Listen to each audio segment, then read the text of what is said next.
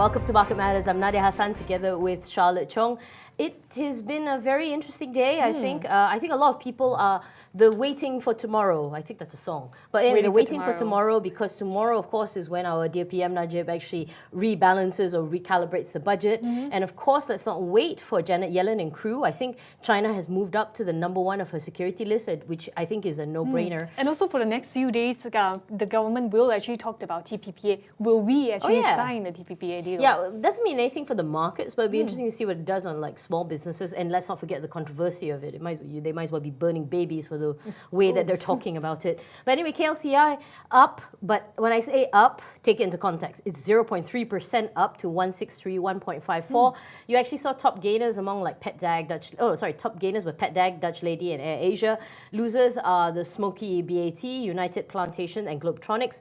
Volume was about 1.62 billion, give or take, worth about 1.65 billion. No big surprise for that.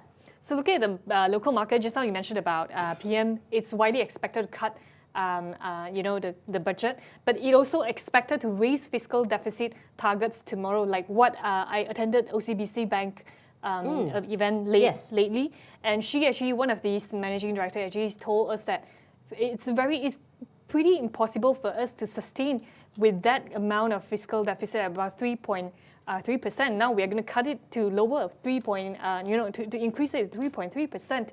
Now this is actually the second straight year from last year Nadia has been forced to revise budget due to the slump of oil prices. You want to hear the kicker? You want to hear the worst part about it? World Bank has actually said it's not going to get any better. It's cut its price forecast to about 80% of all the world's major commodities. You want to see the difference? They think now oil in 2016 is going to be 37 per barrel. Optimistic, considering it's about 30 at the moment, down from 51 per barrel that they did just in October, which was not really that long ago, it's right? About 3 months back. I think it's still going to be it's going to be tough times, and we might see this again. Asian stocks also, of course, they struggled on this relapse of the prices. Nikkei was up a little bit, 2.72%. Apparently, maybe more stimulus is in their offing for them. Shanghai Composite still continued down 0.52%. CSI also was about down about 0.17%. So a little bit positive news from in the ringgit itself. Ringgit actually strengthened for its fourth day. Ringgit was traded at about 4.24 against the US dollar a barrel, and they say because oil probably you actually saw a little bit of uptick in oil prices now.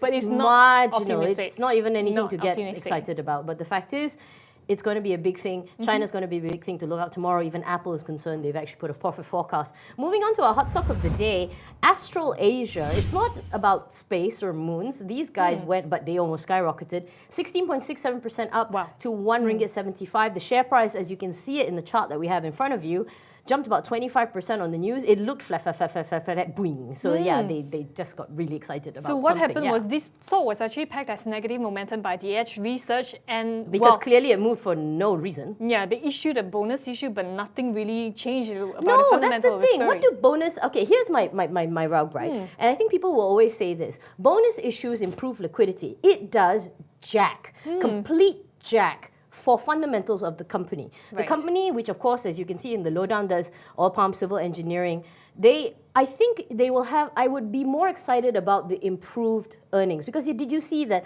they did come out of the red, they did improve marginally at the top.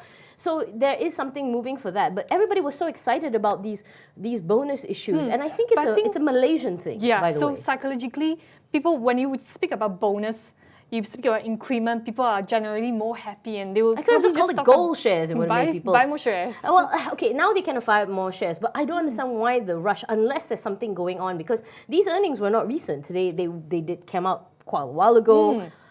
If their prospects going to be the main thing for them, I think it's knee-jerk, and you've seen this for a lot of companies on the board. So you announce bonus issue, you announce rights issue. Rights issue is negative because, of course, you want a cash call from the company. Liquidity. Bonus is seen as a reward, technically, but it still doesn't change. Seriously. So when you look at the quarter ended September this year, their net loss actually was at 900,000 ringgit. Revenue up slightly, 1.3%. Yeah, exactly. Like you said, sorry, I corrected myself because I thought it was the other way around. Yeah, they went into the loss. So even though top line went up, yes, but that's again.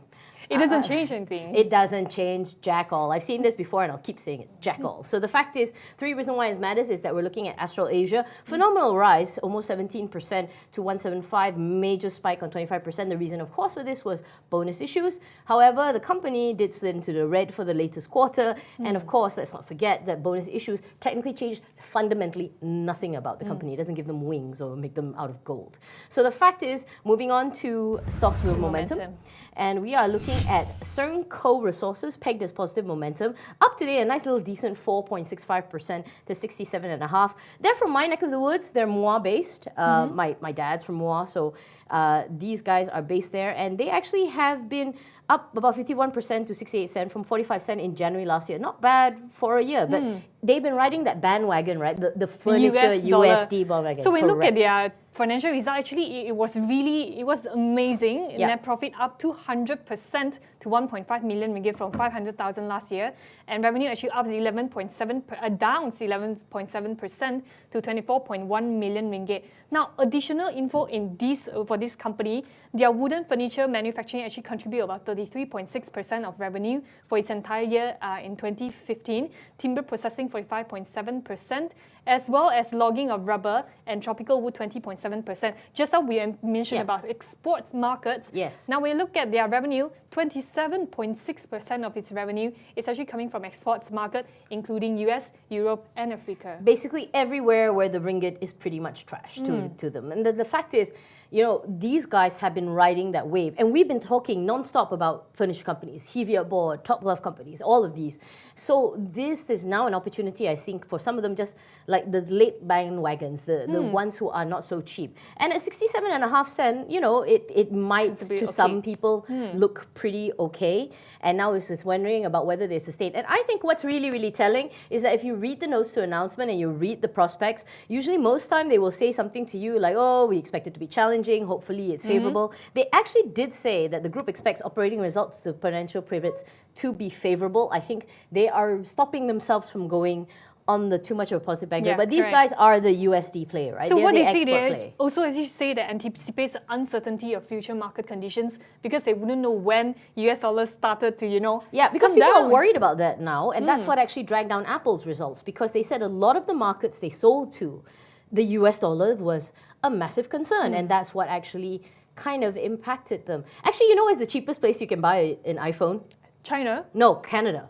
Canada apparently is one of the cheapest places in the world because dollar for dollar, although they translate, levies, duties are different. So apparently the cheapest place in the world to buy an iPhone is actually Canada. Probably we should actually go buy in Canada and sell it in Malaysia. Yeah, well, you make a little, and I think that's vaguely illegal. Is Charlotte suggesting so? Well, okay, we're being frivolous about it, but yes.